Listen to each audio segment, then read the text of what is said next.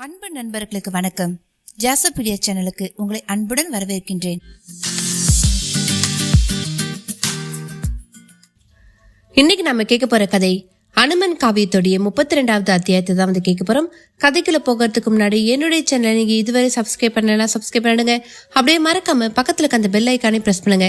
அப்பதான் நான் சொல்ற கதைகள் எல்லாம் உங்கள் காதுகளுக்கு வந்து சேரும். சரி, வாங்க நாம கதைக்குள்ள போகலாம். அத்தியாயம் 32. அந்த புஷ்பக விமானம் மட்டும் இல்லாதிருக்கும் பட்சத்தில் ராவணனால் சீதையை கடத்தி வந்திருக்க முடியுமா என்பது ஒரு பெரும் கேள்வியாகும். சீதா தேவியை பொறுத்த வரையில் அவளது விருப்பத்திற்கு மாறாக எவர் ஒருவரின் கரம் அவள் மேல் பட்டாலும் தீண்டுபவர் சிரம் சுக்குநூறாகும் என்றொரு வரசுத்தி அவளுக்கு இருந்தது. சீதை தன் சக்தியை உணர்ந்து பிரயோகம் செய்ய வேண்டியது முக்கியம். அதனாலேயே மாறுவேடத்தில் வந்து புஷ்பக விமானத்தில் ஏற்றும் வரை சீதை ராவணனை தவறாக உணராததால் ராவணன் தப்பித்தான். விதி எப்பொழுதுமே தன் செயல்களை ஈடேற்றிக் கொள்ள எதை எப்படி செய்ய வேண்டுமோ அதை அழகாக செய்து கொள்ளும். ஒரு விபத்து நிகழ்கிறது என்றால் நிகழ்த்துபவர் நிகழ்வுக்கு ஆளாகின்றவர், அதை வேடிக்கை பார்ப்பவர் அல்லது அதற்கு துணை நிற்பவர் என்று பலர் தேவைப்படும் நிலையில் அவர்களை எல்லாம் நூலினை பிளவுமின்றி அது ஆட்டுவிக்கும். இங்கேயும் சீதையை ராவணன் கடத்தும் விதிப்பாட்டிற்கென்றே விஸ்வகர்மாவும் இந்த புஷ்பக விமானத்தை செய்யும்படி ஆகிவிட்டது. எப்படியோ ஒரு அற்புதத்தின் மேலும் பெரும் கரை படிந்து விட்டது. அந்த விமானத்தை பார்த்து அனுமனுக்குள் இதெல்லாம் மனதுக்குள் ஓடியது. கூடவே விமானத்தை பார்த்து விட்டதால் அருகில் தான் அன்னை சீதையும் இருக்க வேண்டும் என்றும் அனுமானித்துக் கொண்டான். அந்த விமானம் ஒரு வகையில் சோர்ந்துவிட்ட அவனை தூண்டிவிட்டது போல் ஆயிற்று. உற்சாகமாக அங்கிருந்து விலகி தன் தேடுதலையும் வேகமாக தொடர்ந்தான். அவன் முன்னே இப்பொழுது ஒளிப்புணலாய் ஜெகஜோதியான ஒரு அரண்மனை. அந்த அரண்மனைக்குள் ஒவ்வொரு தூண்களும் தங்கத்தால் வேயப்பட்டு ஜொலித்தபடி இருந்தன. எங்கு பார்த்தாலும் பட்டு திரைச்சிலை, ஆங்காங்கே ஒயிலான சிற்பங்கள், வண்ண வண்ண ஓவியங்கள், ஊடாக வாசத்தோடு அகிர் புகை தவழ்ந்து கொண்டு இருந்தது. சில இடங்களில் பேழைகள் இருந்து அவை திறந்தும் கிடந்தன. அதனால் தங்க வைர ரத்னங்களாலான ஆபரணங்கள். ஓரிடத்தில் ஒரு மேடை மேல் வெள்ளி ஜாடி இருந்தது. அதனுள் பல ரசங்களும் மதுரச வகைகளும் காணப்பட்டன. இவற்றுக்கிடையே தளர்வாக கச்சையுடுத்திய அழகிய பெண்கள் அநேகம் பேர் இருந்தனர். இவர்கள் ராவணேஸ்வரரின் அந்தப்புறத்து சம்போகினிகள். ராவணனை உல்லாசத்தோடு வைத்திருப்பது இவர்கள் செயல். ஒருத்தி ஆடுவாள், ஒருத்தி பாடுவாள், ஒருத்தி பழரசம் தருவாள், ஒருத்தி மேல் விழுந்து புரள்வாள். இவர்களே ராவணனுக்கு தைல ஸ்நானமெல்லாம் புரிபவர்கள்.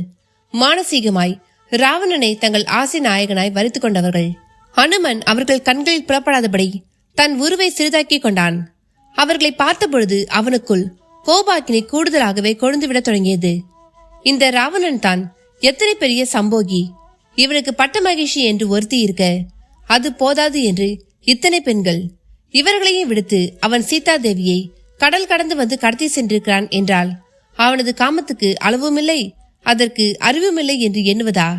அல்லது இவர்கள் எவரிடமும் காணப்படாத பேரெழிலை அவன் அன்னையிடம் கண்டான் என்பதா? எப்படி இருந்த போதிலும் ராவணன் நசுக்கப்பட வேண்டியவன். இவன் ராஜ்யத்தில் எங்கு பார்த்தாலும் ஆடம்பரம், ஆரவாரம், பெண்மைக்கும் பெருமிழிவு. இவனை அழித்தால் மட்டுமே இந்த இழிவு தடுக்கப்படும் என்று எண்ணியபடியே எங்கே அந்த ராவணன் என்று தேடினான். ஒரு பஞ்சனை மேல் சில பெண்கள் கவரிக்கொண்டும் மயிர்பீலி கொண்டும் விசிறியபடி இருக்க ஆனந்த நித்திரையில் இருந்தான் ராவணன். போகம் முடிந்த களைப்பு அவனை ஆட்கொண்டிருப்பது பார்த்த மாத்திரத்திலேயே தெரிந்தது. மலைகளையொத்த புஜங்கள், மைதானம் போல் மார்பு, தேக்கு கடைசலாய் கைகள், முகத்திலும் ராஜ பிரகாசம், அடர்வான அழுத்தமான தலைமுடி என்று அவனிடம் புறலட்சணங்கள் பொலிவாக இருந்த பொழுதிலும் அவன் மனத்தால் அரக்கத்தன்மையோடு இருப்பதால் இவை அவ்வளவும் ஒரு குருடனுக்கு கிடைத்த ஓவியம் போல ஆகிவிட்டிருந்தன. அனுமன் ராவணனை பார்த்து பெருமூச்செறிந்துவிட்டு அடுத்து சென்றது ராவணனின் பட்ட மகிழ்ச்சியான மண்டோதரியின் சயன கூடத்திற்கு தான். ஒரு வினாடி சற்று முகமூடிய நிலையில் படுத்திருக்கும் மண்டோதரியை பார்த்தபொழுது அனுமனுக்கு சுருக்கென்றும் இருந்தது. ஏனென்றால் மண்டோதரியின் சயனக்கூடம் எளிமையாக, சேடியர் கூட்டம் பெரிதாக இல்லாமல் காட்சியளித்தது. உள்ளே நிலவிய சுகந்த வாசமும் மனதுக்கு இதமானது.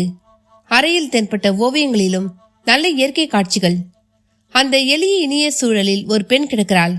அவள் தன்னடக்கமாகவும் தெரிகிறாள் என்னும் பொழுது ஒருவேளை இந்த மாதிரிசுதான் சீதா தேவியாக இருக்குமோ என்கிற பயத்தில்தான் அந்த சுருக்கென்ற உணர்ச்சி மேலிட்டது. பின்னர் மண்டோதரி புரண்டு படுக்க கழுத்தில் தெரிந்த மங்கள நாணிலிருந்து காலில் காணப்பட்ட மெட்டி வரை அவள் ராஜபத்தினி மண்டோதரி என்பதை அவனுக்கு உணர்த்திவிட்டது.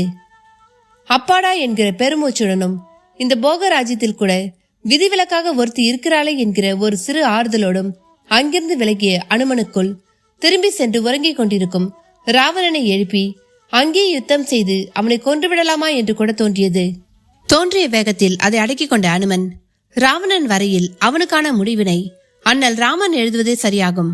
இந்த மோக பூமியில் அண்ணலின் பிரவேசம் திகழ்ந்து அவரின் பாதம் பட்டாலன்றி இது மாறாது போய்விடும் என்றும் புத்திபூர்வமாக எண்ணிக்கொண்டான். அடுத்தடுத்து எங்கே அண்ணலின் தேவியார் என்று வேகமெடுத்து தேடியும் ஏமாற்றமே அவனை ஆட்கொண்டது. இலங்கை நகர் மொத்தத்தையும் வலம் வந்து அரசன் முதல் பிரஜைகள் வரை அவ்வளவு பெரியும் பார்த்து விட்டது போல் கூட தோன்றியது.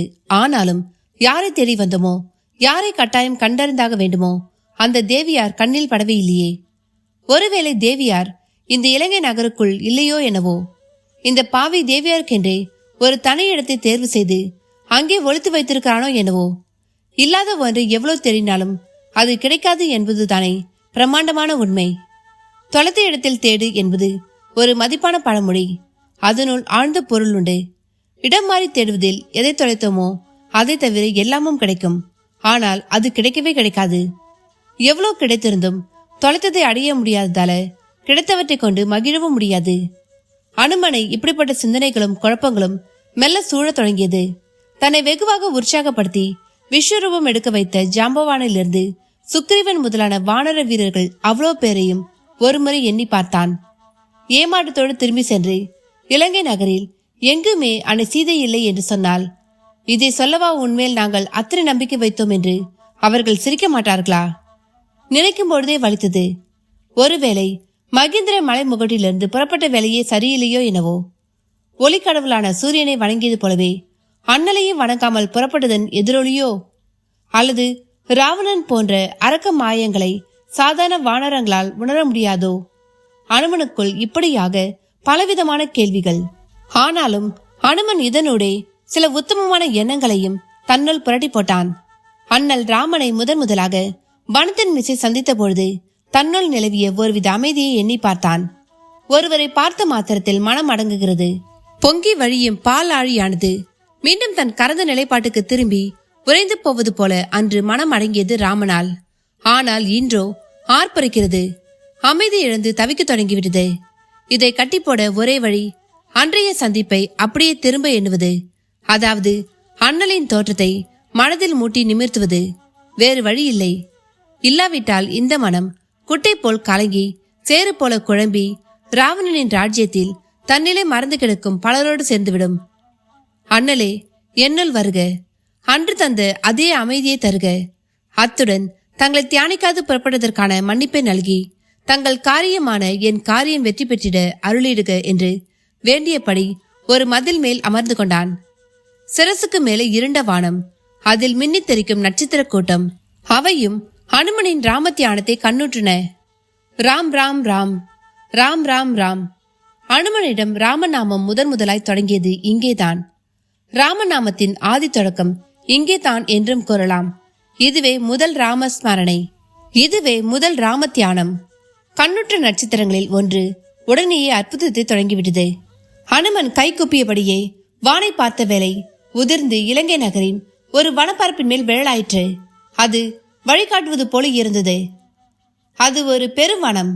ஆச்சா, இலுப்பை, கடம்பு, தேக்கு, செண்பகம், புங்கை, பொன்னி, செம்மரம் என்று எல்லா வகை விருட்சங்களும் மாநாடு கண்டது போல் ஒன்றாகி வளர்ந்திருந்தன. அந்த வனம் கண்ணில் பட்ட நொடி அனுமனுக்குள்ளும் ஒரு சிலிர்ப்பு. நகரையை சுற்றி வந்த நாம் இந்த வனத்தை விட்டுவிட்டோமே என்று. அடுத்த நொடியே வானில் தாவி வனத்தையும் அடைந்து அங்கிருந்த ஒரு மரத்தின் மேலும் போய் அமர்ந்து விட்டான் அனுமன். உள்மனதில் மட்டும் ராம தியானம் நிற்கவே இல்லை. அப்படியே பார்வையில் சுழற்சி. வறண்டை வனத்துக்குள் ஒரு குறிப்பிட்ட பாகத்தில் தீபந்தங்களால் உண்டான வெளிச்சம். அப்படியே மரத்துக்கு மரம் தாவி அந்த பாகத்துக்கு சென்று மேலிருந்தபடியே கீழே பார்த்த அனுமன் கண்கள் ஆச்சரியத்தோடு அகன்று விரிய தொடங்கின. அதோ கீழே சீதை.